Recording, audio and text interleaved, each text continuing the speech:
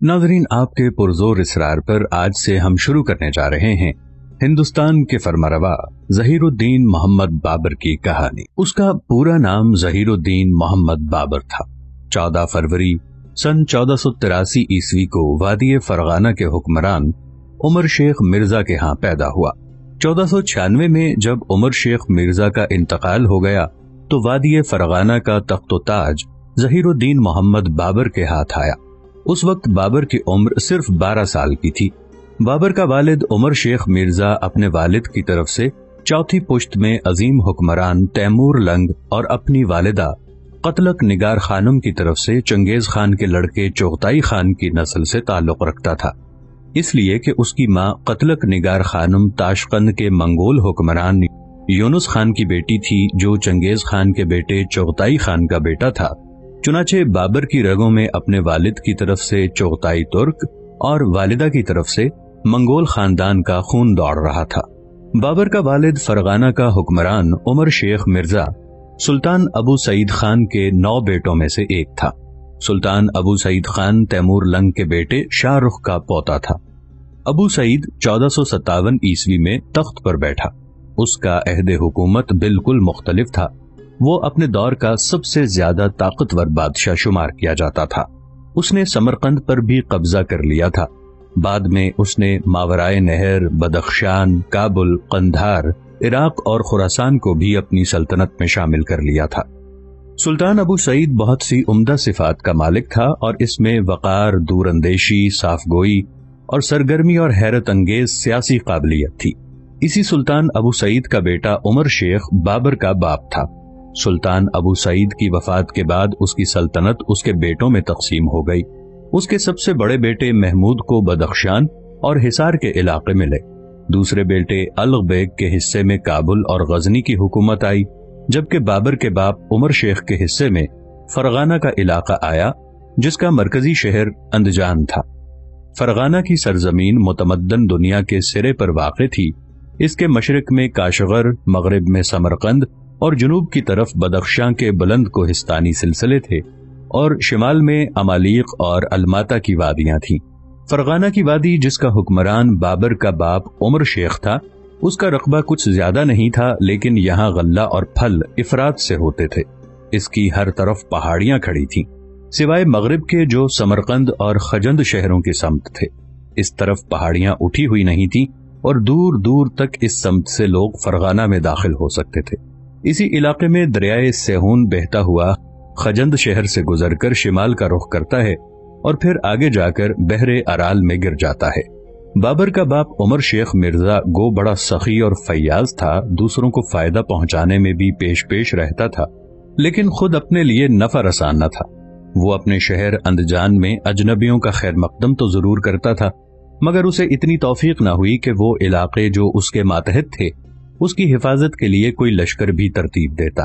خود بابر اپنے باپ سے متعلق ان خیالات کا اظہار کرتا ہے کہ میرے باپ کی فیاضیاں وسیع تھیں، اس طرح اس کا دل بھی وسیع تھا، بڑی بڑی امیدیں اور شاندار منصوبے باندھا کرتا تھا، اور ہمیشہ اور ہمہ وقت کشور کشائی کی تجویزیں سوچا کرتا تھا، مگر جب کبھی کوئی علاقہ فتح کرنے کے لیے نکلتا تو شکست کھا کر مایوس اور ملول لوٹ آتا۔ وہ سلطان ابو سعید کا بیٹا تھا، جس نے آخری دم تک تیمور لنگ کی سلطنت کے علاقوں کو مجتمع رکھا۔ عمر شیخ مرزا کسی قدر پست قامت، تراشیدہ نوکیلی داڑھی اور سرخی مائل بال اور بڑے بڑے تن و توش کا آدمی تھا۔ اتنا تنگ پاجامہ پہنتا تھا کہ پیٹ دبا کر بند باندھے جاتے اور بدن ڈھیلا چھوڑتا تو اکثر بند ٹوٹ جاتے تھے۔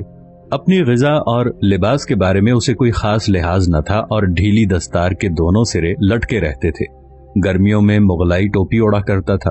وہ اپنے عقائد میں پکا تھا، پابندی سے 5 وقتہ نماز ادا کرتا اور قرآن کی تلاوت کرتا تھا۔ مزاج کا نرم لیکن اچھا بہادر آدمی تھا۔ تیر انداز بھی برا نہ تھا، مگر اس کے مکے میں زبردست قوت تھی، جسے بھی وہ مکہ مارتا وہ گرے بغیر نہ رہتا۔ آگے چل کر وہ 1-2 بار بزم ناونوش میں بھی شریک ہونے لگا تھا۔ لوگوں کے ساتھ نرمی سے پیش آتا، اکثر جوسر اور کبھی کبھی پانسا بھی کھیل لیتا تھا۔ فرغانہ نام کی وہ وادی جس کا حکمران بابر ہوا اور 2 مختلف علاقوں پر مشتمل تھی۔ ایک تو ندیوں کے کنارے کے نشیبی دیہات تھے، दूसरे गैर आबाद कोहिस्तानी सिलसिले। कोहिस्तानी सिलसिलों के नीचे की वादियां हरी भरी चरागाहों पर मुश्तमिल थीं और मवेशियों के गल्ले वहां चरते थे। जगह जगह नरसल के झुंड और तंग वादियां थीं। दूर दूर तक गांव भी नजर आते थे। कोहिस्तानी सिलसिले में काली भेड़ों और बकरियों की बहुतात थी। वादी के लोग मेहमानों की तवाज़ो ज्यादातर बादाम और मोटे तीतर के गोश्त से करते थे। वादी फरगाना का मरकजी शहर अंदजान था। अंदजान के फलदार बागात बड़े मशहूर थे। बाबर अपने उस्ताद के आगे दो जानों बैठकर पढ़ा करता था। जाड़े में उमर मिर्जा के कसर के कमरे में अंगीठियां गर्म करके उस्तादों के सामने बाबर की पढ़ाई का इंतजाम किया जाता था। मौर्रिखीन लिखते हैं कि इसमें कोई शक शुबा नहीं कि बाबर ने पढ़ाई में बहुत मेहनत की और 11 साल की उम्र तक इतना कुछ पढ़ लिया कि जो इस उम्र के बच्चे के लिए काफी था। इसके बाद उसे तालीम की तरफ ध्यान देने का मौका ही न मिला, इसलिए कि उसका बाप फौत हो गया। वादी में 3 बड़ी जबानें बोली जाती थी। एक देहात की पुरानी तुर्की जबान थी, दूसरी कूचाव बाजार की फारसी जबान और तीसरे फसीह अरबी, और बाबर को इन पर उबूर हासिल था। बाबर के बाप उमर शेख के लिए बाबर का नाना बड़ा सहारा हुआ करता था। उसका नाम यूनुस खान चंगेज खान के बेटे चुगताई की नस्ल से था और ताशकंद का हुक्मरान था। अब यूनुस खान मर चुका था। बाबर का बाप उमर शेख भी कबूतरों की काबुक से गिरकर इस फानी दुनिया से कूच कर गया था। अब बाबर 11 साल की उम्र में चारों तरफ से अपने दुश्मनों में घिरा हुआ था और उसे अकेले ही अपने इन दुश्मनों से निमटते हुए जिंदा रहना था। अब नो उम्र बाबर के लिए इसका सबसे बड़ा सहारा वो अस्करी सालार था जिन्हें उमर शेख मिर्जा ने जागीरें दे रखी थी, वरना उसके लिए हालात बहुत खराब थे। उसके लाउबाली बाप ने ताकतवर रिश्तेदारों से झगड़े मूल ले रखे थे और अब वो सब बाबर की तरफ टेढ़ी निगाहों से देख रहे थे। इनमें सबसे पेश बाबर का चचा अहमद था, जो समरकंद का हुक्मरान था और उमर शेख के मरने के साथ ही उसने फरगाना के कुछ मगरबी कस्बात पर कब्जा भी कर लिया था और अब वो बाबर के मरकजी शहर अंदजान पर निगाहें जमाए हुए था, ताकि बाबर को फरगाना की वादियों से निकाल बाहर करे और सारी वादियों पर कब्जा कर ले। बाबर का चचा अहमद, जो समरकंद का हुक्मरान था, उसकी बेटी से बाबर की निस्बत भी तय हो चुकी थी। जब वो बाबर के इलाकों पर कब्जा करना शुरू हो गया, तब बाबर के बाप उमर शेख मिर्जा के सालारों ने बाबर को मशवरा दिया कि हमें समरकंद के हुक्मरान और बाबर के चचा अहमद के खिलाफ हरकत में आ जाना चाहिए। लेकिन फरगाना का काजी बड़ा दाना, बड़ा मुखलिस इंसान था। उसने अहमद पर हमलावर होने की तजवीज को रद्द कर दिया और लोगों को मशवरा दिया कि उनका बादशाह अभी 11 साल का छोटा सा बच्चा है, इसे रज़्मगाहों में ना झोंको, बल्कि इसने मशवरा दिया कि समरकंद का हुक्मरान अहमद चूंकि बाबर का चचा है और फिर उसकी बेटी भी बाबर से मंसूब हो चुकी है, लिहाजा बाबर अपने कुछ कासिदों को अपने चचा अहमद की तरफ समरकंद रवाना करे और दुश्मनों के खिलाफ उससे मदद की दरखास्त करे। इसके बाद फिर अपना मामला अल्लाह की फर्जी पर छोड़ दे। बाबर ने काजी की इस राय से इत्तफाक किया। इसके बाद उसने मदद के लिए अपने कासिद अपने चचा अहमद के पास समरकंद की तरफ रवाना किए। बाबर अपने चचा अहमद की जिंदगी और उसके किरदार का नक्शा कुछ इस तरह खींचता है। वो कहता है कि मेरा चचा ज़हन और दानिश से खाली था, सीधा सादा तुर्क था, सर पर एहतियात से बल देकर पगड़ी बांधता था, पाबंदी से 5 वक्ता नमाज अदा करता, हत्ता के नवनोश के जलसों में भी शिरकत करता। इसके बावजूद नमाज तर्क न करता। अनपढ़ था, कोई तालीम न हासिल की थी, लेकिन इंसाफ पसंद आदमी था और हर कानूनी मसले में अपने पीरो मुर्शिद से मशवरा करता था। दादरसी के वक्त अखलाक और आदाब की पाबंदी का ये आलम था कि जानों तक न बदलता था। अलबत्ता एक दफा जब फर्श के नीचे हड्डी निकली तब उसने पहलू बदला। बहुत अच्छा तीरंदाज था, घोड़े पर शिकार खेलने का बड़ा शौकीन था, फितरतन सादा मिजाज, कम सुखन और खर्च करने से जी चुराता था। बहरहाल अपने काजी की नसीहत के मुताबिक बाबर ने अहमद की खिदमत में कासिद रवाना किए और इन कासिदों के जरिए बाबर ने फर्जंद और खादिम की हैसियत से इजहार इताअत के साथ साथ अपनी वादी पर बदस्तूर हाकिम रहने की दरखास्त की। बाबर का नेक दिल चचा अहमद शायद ये पेशकश कबूल कर लेता, लेकिन उसके सरदार बड़े शरपसंद और फितना परदाज थे। उन्होंने एक लड़के की इस इल्तजा को मानने से इनकार कर दिया जो बड़ी आसानी से काबू में आ सकता था। उन्होंने अहमद को मशवरा दिया कि उसे फौरन अपने लश्कर के साथ हरकत में आते हुए बाबर की पूरी वादी और उसके मरकजी शहर अंदजान पर कब्जा कर लेना चाहिए। सरदारों ने यह भी खदशा जाहिर किया कि अहमद ऐसा नहीं करेगा तो उसकी बजाय कोई और दुश्मन बाबर के इलाकों पर हमला आवर होकर कब्जा कर लेगा, लिहाजा बेहतर यही है कि ये काम अहमद खुद ही कर ले। अपने सरदारों की बात मानते हुए समरकंद के हाकिम और बाबर के चचा अहमद ने अपने सरदारों के इस मशवरे को कबूल कर लिया और एक लश्कर लेकर बाबर के मरकजी शहर अंदजान की तरफ रवाना हुआ। ये शहर बड़ा खुशवज़ा था। इसके इर्द गिर्द हरे भरे खेत और तिजारत की गर्म बाजारी थी, साथ ही ये कला बंद भी था। पर मुसीबत ये थी कि वादी फरगाना के लोग एक लड़के के लिए लड़ने मरने के लिए तैयार नजर नहीं आते थे। इसके अलावा मरकजी शहर अंदजान के बाशिंदे ज्यादातर कदीम ताजिक नस्ल से ताल्लुक रखते थे। ये अहले हिरफा सौदागर या किसान थे। ये बहुत कदीम से इन सरजमीनों में बसे हुए थे और सदियों पहले से शिमाल के कोहिस्तानी सिलसिलों को उबूर करके तुर्क, मंगोल, तातारिया, सेथिन के अलावा दूसरे कबाइल हमलावर होते रहते और इन पर हुकूमत करते रहते थे। ये लोग उनकी बाहमी जंगों में हिस्सा न लेते थे, ताहम किसी न किसी तरह जो सालार वफादार थे उनकी मदद से बाबर एक लश्कर तैयार करने में कामयाब हो गया। इस तरह ये नौ उम्र बादशाह अपने चचा अहमद और उसके लश्करियों का मुकाबला करने के लिए निकला। जिस वक्त बाबर अपने छोटे से लश्कर के साथ अपने मरकजी शहर अंदजान से रवाना हुआ, उस वक्त वादी फरगाना के काजी ने बड़े पुरखुलूस अंदाज में बाबर के हक में दुआ देते हुए कहा, खुदा इसका अंजाम बखैर करे। अंदजान से रवाना होने के बाद बाबर अपने सालारों और लश्करियों के साथ एक धंसी हुई नदी के किनारे पहुंचा। वहां पहुंचकर उसे मालूम हुआ कि उस नदी के दूसरे किनारे उसके चचा अहमद का लश्कर पहुंच चुका है। समरकंद के लश्कर तो बाबर पर हमलावर होकर उसके मरकजी शहर अंदजान पर कब्जा करने के लिए आ रहे थे। उन्होंने जो नदी के दूसरे किनारे बाबर को अपने लश्करियों के साथ देखा तो वो उन पर हमलावर होने के लिए एकदम नदी में कूद पड़े। गदले पानी की इस तेज धार पर पतला सा नाजुक पुल था और दोनों किनारों पर दलदल भी थी। अब जो अहमद के लश्करी इस पुल को पार करने लगे तो पुल टूट गया और घुड़सवार कीचड़ और पानी और दलदल में गिरने लगे। लश्कर में कुछ ऊंट भी थे।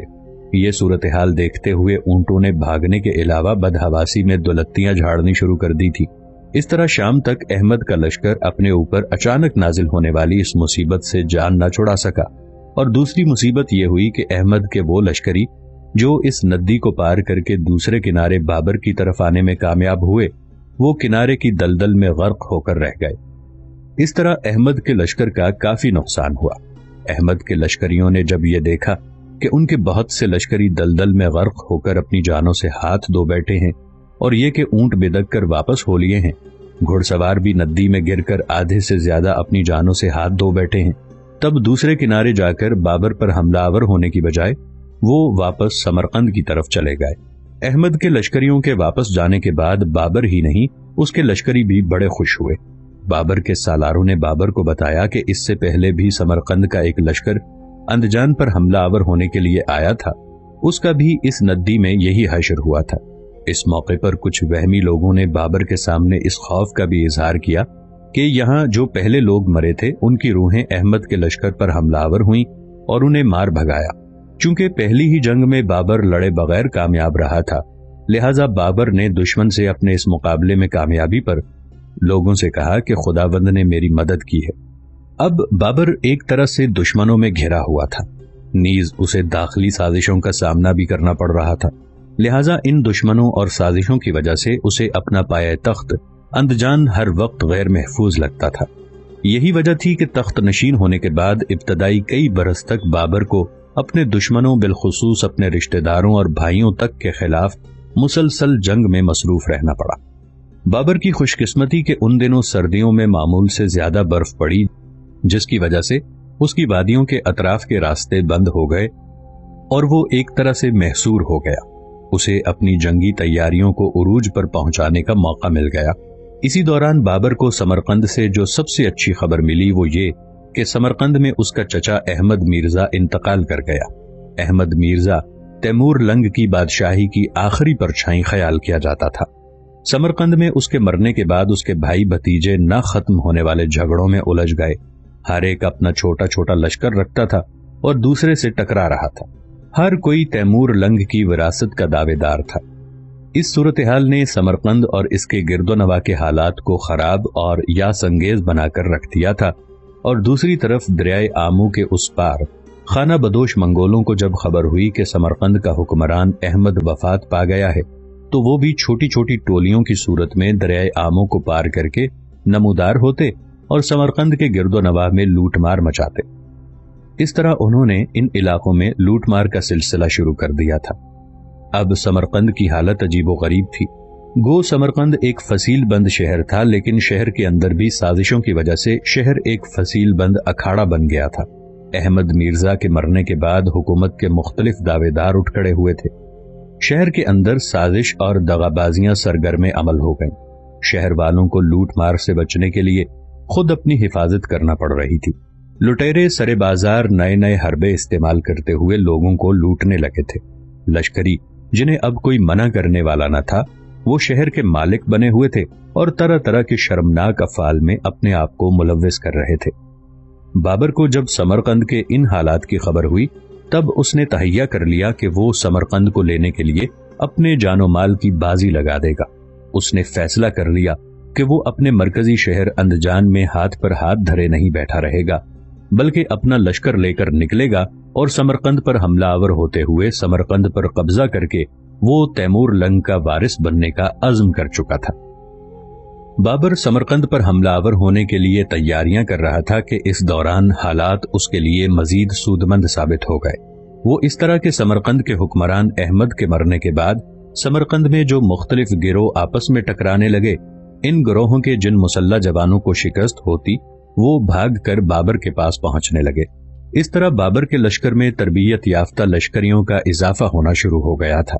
इसके अलावा बाबर को एक और फायदा भी हुआ कि उसका एक अमजाद भाई, नाम जिसका सुल्तान अली मिर्जा था, वो भी समरकंद में शिकस्त खाने के बाद वहां से भागा और बाबर के पास उसके मरकजी शहर अंदजान पहुंच गया।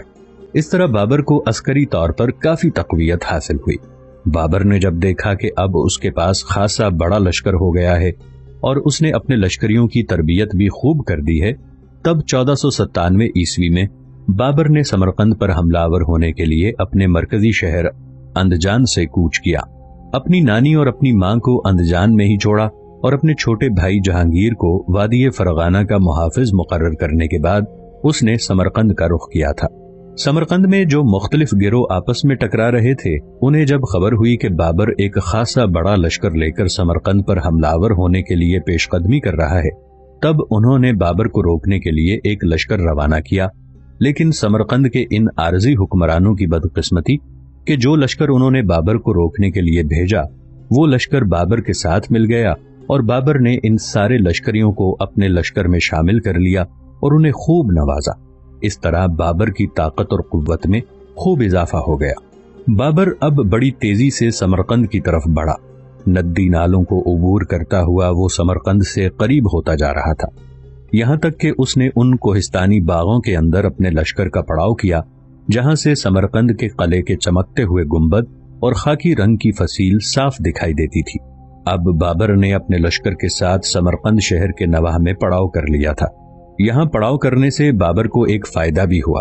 उसका लश्कर जब इस शहर के नवाह में काबिज हुआ, तब उन्हें आसपास के सरसब्ज इलाके का दाना चारा इफरात से मिलने लगा, जबकि इन चीजों की समरकंद शहर के अंदर कमी होने लगी, इसलिए कि बाबर के मुहासरे की वजह से जरूरियात की चीज शहर के अंदर नहीं पहुंच पा रही थी। इस दौरान एक और तब्दीली रूनुमा हुई। समरकंद के सौदागर जो बाबर के मुहासरे की वजह से अपने कारोबार में नुकसान उठाने लगे थे, वो शहर से निकलकर बाबर के लश्कर में आने जाने और पड़ाव के बाजार में अजनास का तबादला करने लगे। इस तरह जहां इन सौदागरों को बाबर के लश्कर की वजह से फायदा होने लगा, वहां बाबर के लश्करियों को भी हर चीज मयस्सर होने लगी। एक दिन ऐसा हुआ कि बाबर के लश्करियों पर तमा और हिर्स गालिब आ गई और उन्होंने उन ताजरों का मालो असबाब लूट लिया। ताजरों ने जब इसकी शिकायत बाबर से की तो बाबर सख्ती से पेश आया और अपने लश्करियों को उसने हुक्म दिया कि सारा सामान जो लूटा गया है वो समरकंद के सौदागरों को फौरन वापस कर दिया जाए। बाबर के इस हुक्म के जवाब में टूटी हुई सुई से लेकर धागे तक सारा सामान उन सौदागरों को वापस मिल गया, जिससे वो सौदागर बाबर के इस सुलूक से बड़े खुश हुए। मुहासरा अब तूल पकड़ने लगा था और सरमा का मौसम नजदीक आ गया था।